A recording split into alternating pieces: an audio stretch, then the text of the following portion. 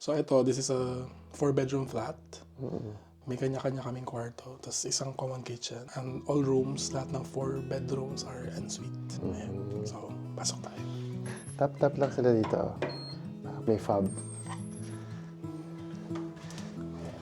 So ito po ang kanyang kwarto.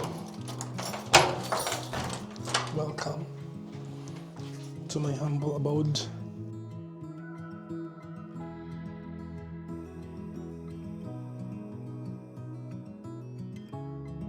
So basically, ito na siya, yung bedroom.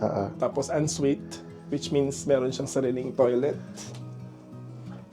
Sinarado ko yun. Ayan, yun siya. So, toilet and bath.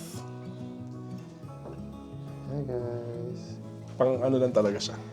Solo type of living. So, ito yung bike.